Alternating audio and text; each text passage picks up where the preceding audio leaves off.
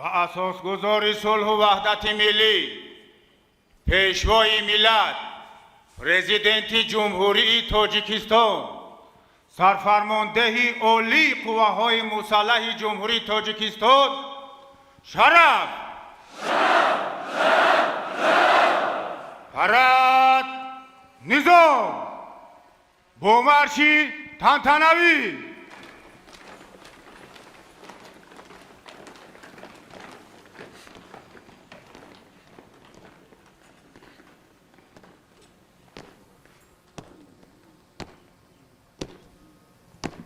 موافقی روته ها، روته اول روبرو، دیگرم برراست گرد در مسافه یک صف بند، توجه برراست، بو قدم مرش.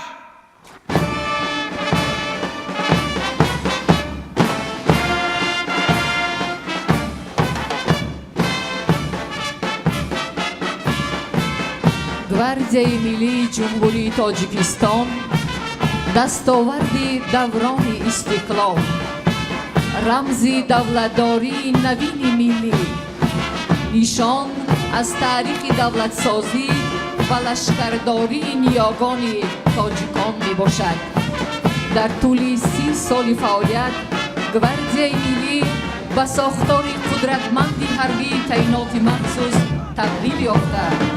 هیئت شخصی آن محافظت دستاوردهای استقلال، امنیت دولت و جامعه و انشاءات مخصوصا مهم دولتی را تأمین می نماید.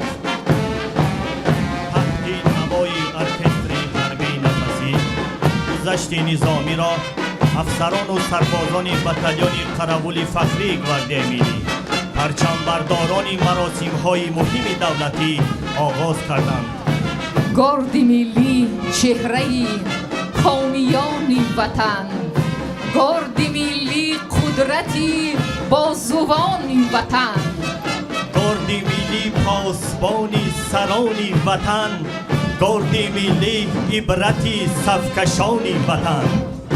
امروز در گذشت نظامی بغیر از هیئت شخصی گواردیای ملی، افسران دستگاه مرکزی وزارت مدافعه، ستاد گنرالی قوه‌های مسلح، افسران و کورسانتان دانشکده حربی، هیئت شخصی قشون‌های زودعمل، قوه‌های حربی هوایی و مدافعه ضد هوایی، افسران و عسکران قسم و واحدهای علاهیده قوه‌های مسلح، همچنین واحدهای تعینات مخصوصی وزارت کارهای داخلی و قشون‌های داخلی وزارت کارهای داخلی جمهوری تاجیکستان اشتراک دارند.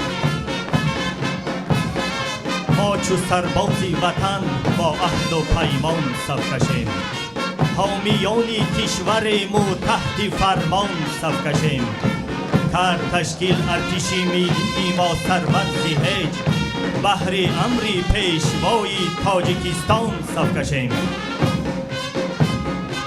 قوه‌های مسلح جمهوری تاجیکستان در هماهنگی و یکجایگی قادرند که ثبات و امنیت جامعه، حیات آسایشته مردم کشور، تمامیت ارضی و استقلال دولتی را تأمین نمایند. زیرا قوه ظفر آوری ما در اتحاد و یکدلی ماست. جان من، روان من وطن نثار توست، جسم من، وجود من حصار توست. تو هموزی مرزی تو به پس نمی روم، چون قسم به واپسی نفس نمی روم.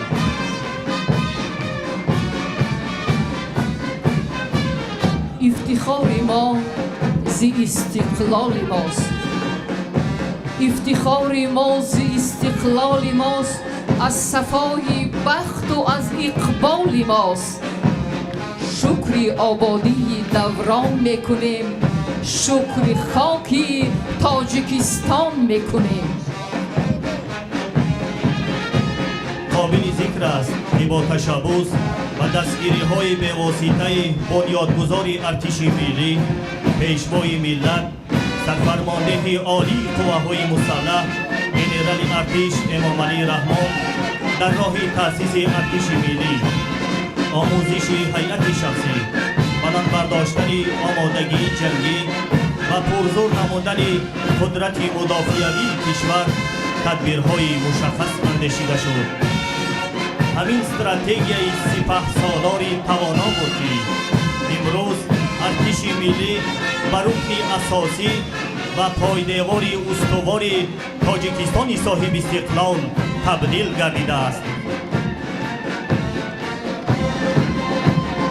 بادی پرز مهر و وفای وطن، شعله بارد ز چشمش صفای وطن، در درفشش ظفر، در قدومش هنر، او قدم میزند در دفاع وطن.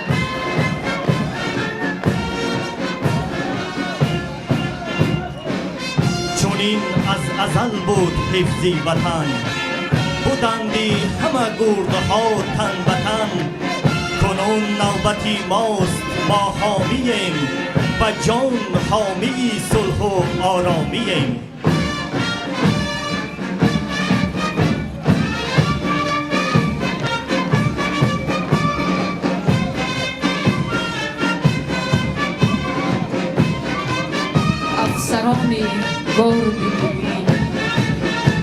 افسران گارد ملی افتخار تاجیکستان، گردهای بی‌نظیری پاسدار تاجیکستان. 100,000 جنگجو را روی زانو می نشاند قدرت بازوی سختی 1,000 تاجیکستان. معلوم است که موقع ارتش ملی را آماده باشی بلند جنگی، تأمینات اسلحه و تکنیکا، انتظام و مهارت و ملکه کسبی هیئت شخصی معین می کند.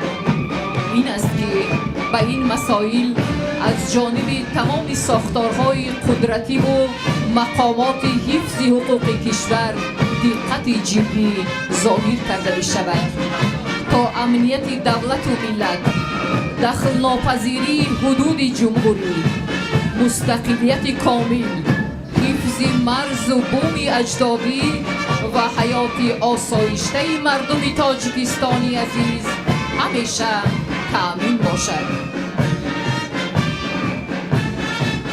به دست پرچمی بلند کاویان به پیش، به سوی بخت خیش، سوی آرمان به پیش، به سوی رشد و پیشرفت جاویدان، به پیش ملت بزرگ قهرمان، به پیش تاجیکستان، به پیش.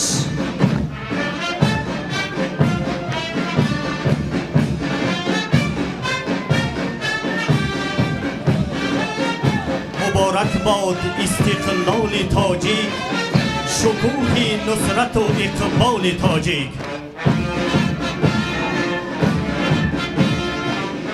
و میدان زنان و بانوان، خدمتچیان حربی ارتش ملی نزدیک بشوند.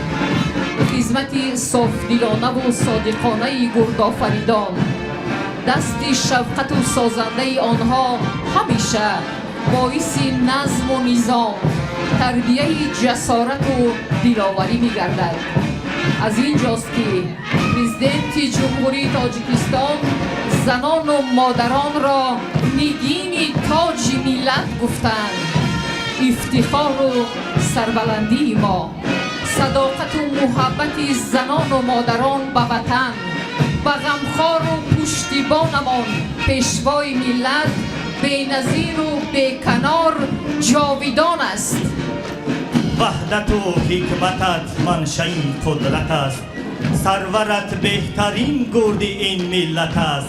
زیر فرمان او جان فدای تویم، 100 قسم تا ابد با وفای تویم.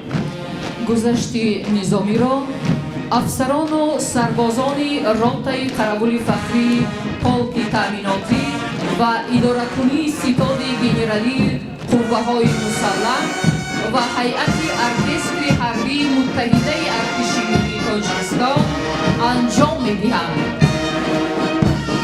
ما جوانگردانی افسرزاده‌ایم، از کلان کشوری آزاده‌ایم.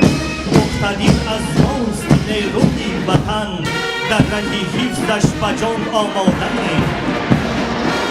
دمیده صبح استقلال تاجیک، گل نور و استقبال تاجیک.